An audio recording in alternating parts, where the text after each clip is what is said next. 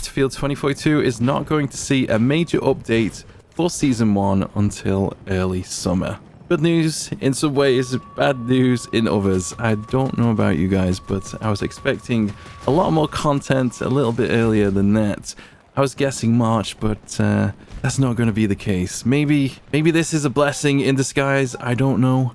A little bit disappointed in some ways, but I gotta be honest. I've not played much of this game recently. I haven't streamed much, haven't made as many videos. I've been posting lots of Battlefield 1 and streaming Warzone, and those are doing pretty damn well. I enjoy many things about 2042, but in the current state that it's in, it can be quite frustrating. There is some good news here though, and it seems, well, it appears that the team is definitely invested in trying to fix this game and take it to the next level. Whether or not they can do that, we can only hope, we can only wait, we can only see what they do.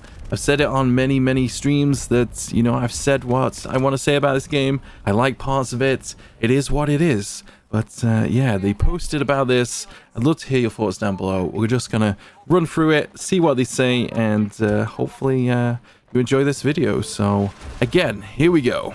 So we are heavily invested and committed to the future of Battlefield 2042, working on taking action on multiple fronts to address feedback and implement extensive fixes to the game. Key features that are important to you and getting team play where it needs to be. That is some key words there. Team play definitely needs much improvement and extensive fixes.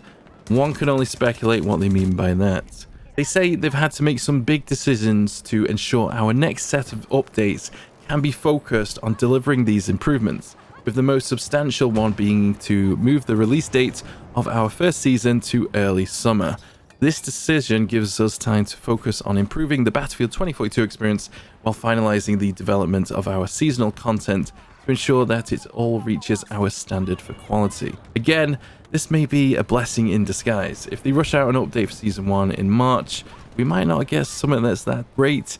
The player base is pretty low as it is at the minute, so if it was a pretty terrible update, maybe it won't be that great. But if we come to summer and it's an extensive update with lots of content and the game's redesigned in many ways, could be a banger. Could be. I don't know. I'm only hopeful.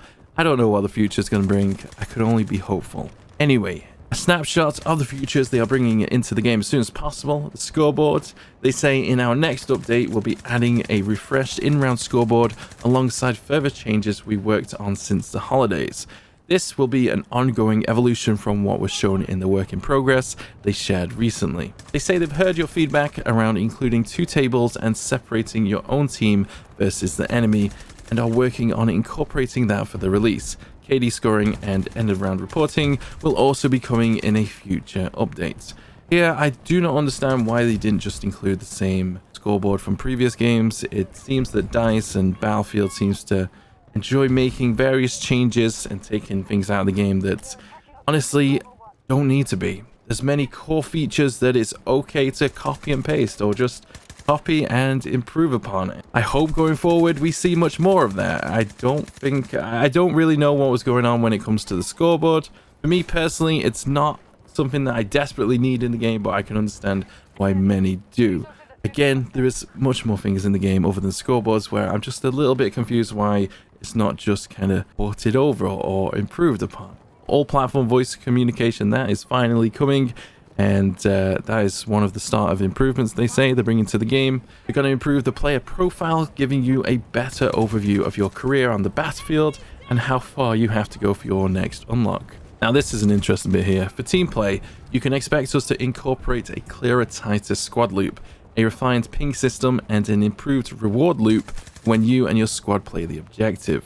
Gunplay will continue to receive feedback-based improvements too. That's one thing that I've complained quite a lot about on stream. The way the game plays, the meta, the core gameplay loops aren't that enjoyable at times. Initially, I did enjoy them, but as the game has gone along, you can start to see the weaknesses in how the game actually plays. And honestly, sometimes it just feels like there's a big free-for-all. Often, I feel like my input in the game doesn't really have much of an effect on the wider picture. Of course, it's 64 players or 128 players. You know, you can only do so much as a solo player, or with your squad, you can only do so much to affect the outcome of the game. But in this particular title, as time has gone on, I feel like my input doesn't really have much of an influence on how the game is actually playing out, and that is definitely something I would really like for them to change. The gunplay, that definitely needs some improvements. They say Portal remains an integral part of the game, and they'll continue to expand its tools, modes, and tweak player experience gains. Finally, they say we have a team analyzing specialists and working on them. We're not quite ready to talk about actions we'll be taking, but as soon as we are, you will hear from us. I'm hoping there we have some kind of class system. I don't mind the specialists too much, but I feel like there does need to be some restrictions. Like I've said in previous feedback videos, definitely think there needs to be some restrictions in some kind of way. I feel like, again, it's a bit unbalanced in many ways, but I don't want to go too much into that there now. Next, they say there is a new feedback loop. We are committed to pushing up the quality of the game, both through our updates and how rapidly we will respond to critical issues in the live environment. We are also going to clarify the direction we're taking and what's motivating our decisions to bring improvements to the game. So expect to get more insight as we expand our existing feedback loops to involve you, our players, more directly. They say they've identified several areas here that they are targeting for improvements. We will present specific major focus areas to you along with our current thinking, detailing where we're planning to make changes. We'll then take the time to observe and listen to the conversations that go on to have about both the area of concern and our proposals for adjustments. And later you'll hear from us on the topic again, but this time your feedback will have been factored into our consideration and guided the decisions made for improvements. This is really good news. They're actually going to be speaking more with the community and those who are actually playing the game. These conversations, they say, will be centralized and accessible here on the Battlefield website and summarized across our channels. Hopefully, they really follow through with that. I do think there needs to be much more discussion going on with the teams, with the players, with the community, and especially with people who are not playing the game. You know, why are they not playing the game? They really need to look into this. And I do think they need to be careful with the data at time. I don't know about you guys, but I feel like in the past there's been some, but sometimes I feel like they're not reading the data right, and I'm not going to explain exactly what I mean there, but I'm sure you guys know where I'm coming from, particularly with BF5, Time to Kill, stuff like that. Conversation for another time. But yeah, I'm definitely looking forward to some more of this feedback loop here. But anyway, they say later this month, this process will kick off with one of our key focus areas, map design. This is a massive topic for me.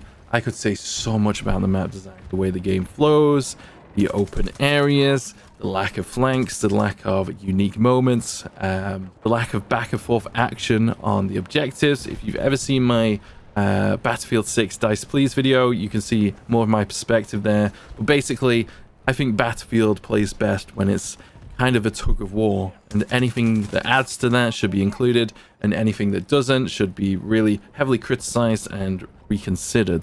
Map design is a massive part of what makes a game function well, what makes it enjoyable, and I gotta be honest, in the beta, Orbital felt quite good in places. We didn't know how it played on Breakthrough, obviously lots of issues with that and the rooftop objectives, but it seems just overall the map design in this game is pretty weak, and it's not that it's unfixable.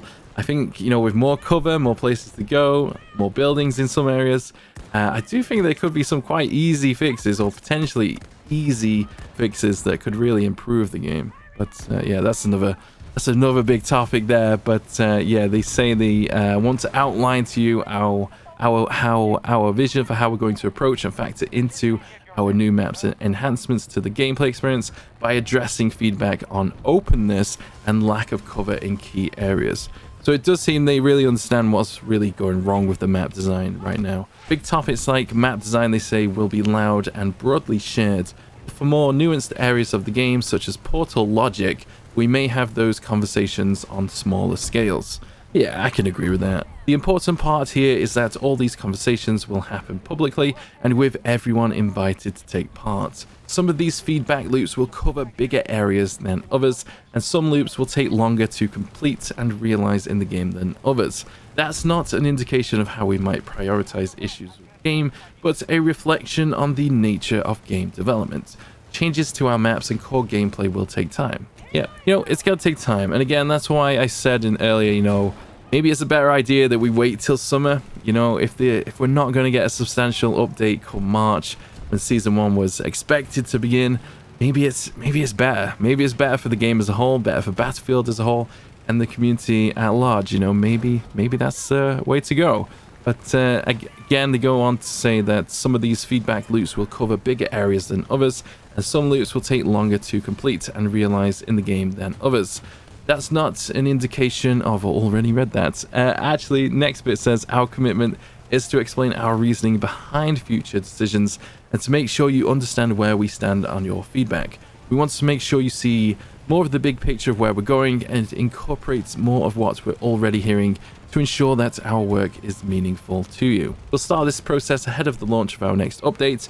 You'll read about it here on our website when we start these conversations, and if you're already following Battlefield across social media, you can see it there. Now, they go on to talk about Season 1, and they say the start of the year, where we'll deliver 4 seasons in early summer, 4 new specialists, and new locations, along with more completely new content. Completely new content. What does that mean? I don't know. I'm hoping for a big update to begin with. I think it would be nice to feel like this 2042 is a fresh game. When Season 1 drops, I gotta be honest, there is good stuff about 2042, but if it's gonna be the same old kind of feeling that 2042 currently is, personally I'm gonna be quite disappointed. Again, I do like bits of this game. I'm still streaming this game, so for me, I need a fresh experience going forwards. They go on to say that this, we know that this release is later than anticipated. For many of you who purchased the Year 1 Pass as part of the Gold and Ultimate Editions, to acknowledge and thank you guys for your patience and continued support. Those players will receive an exclusive bundle containing a specialist skin, weapon and vehicle skins, a melee weapon, and a player card. All to be delivered in the next update, which you can see on screen right now. And of course, they go on to say there's going to be updates on the Battlefield.com Twitter account. If you're not following that, be sure they post all the updates there. So that's pretty much it. I think there's some good areas here that we're actually talking about, and hopefully they can address. I'm going to be making more videos on these topics actually before they kick off things. Hopefully, I've got a lot to say, and I love your feedback on this. I could talk about the map design, the way the game flows, this game compared to BF1, BF5, the strengths and weaknesses of it, and those games too, the things that I think they should have brought over a little bit more. I think that one of the biggest mistakes is that they didn't really go full in on the operations or breakthrough. BF1 did it really well. BF5 was okay, but in my opinion, they really messed up with making the new playlist Grand Operations, which just wasn't the same. It was kind of weird. It was different to Breakthrough. They had Breakthrough in the game as well, but also Grand Operations that was kind of more like BF1 Operations in some ways with the way the maps played out, and the objectives felt more like a story, but then each map just ended and didn't carry on like BF1 Operations did. That was a massive mistake. I think Operations, that is the future of Battlefield. I think they need that story-driven kind of mode that really takes the series to the next level. BF1 did it so well. And I don't know why they haven't continued in the same kind of format. It's not the same. That's all I play in 2042. Conquest is too big. 128 players appears to be not going anywhere anytime soon, and personally that's fine.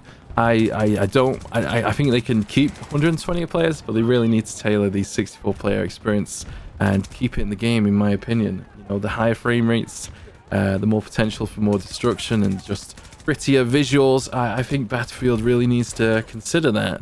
128 players, is it the future of Battlefield? Let me know down below.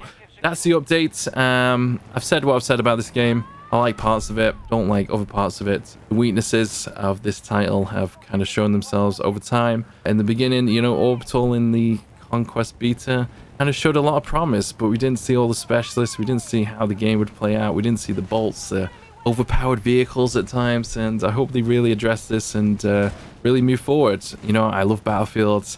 Really love Battlefield. I've been streaming this game, this series, for so long now. It's what my channel was built upon. I'm really grateful for BF1. I love streaming this game. I'm gonna carry on. Still stream it despite getting twice the viewers on Warzone. love Battlefield, really quite fond of the series, and I'd really love for this game to, you know, really come back and, you know, dominate. It'd be nice. It'd be nice. Battlefield, there just isn't anything like it, and despite 2042's issues, there's some parts of me that, you know, I'm glad it's here, but it needs improving. Let me know down below what you would improve, what you think about this, this little post here, and yeah, I'll see you guys in the next one. Take it easy. Catch you later.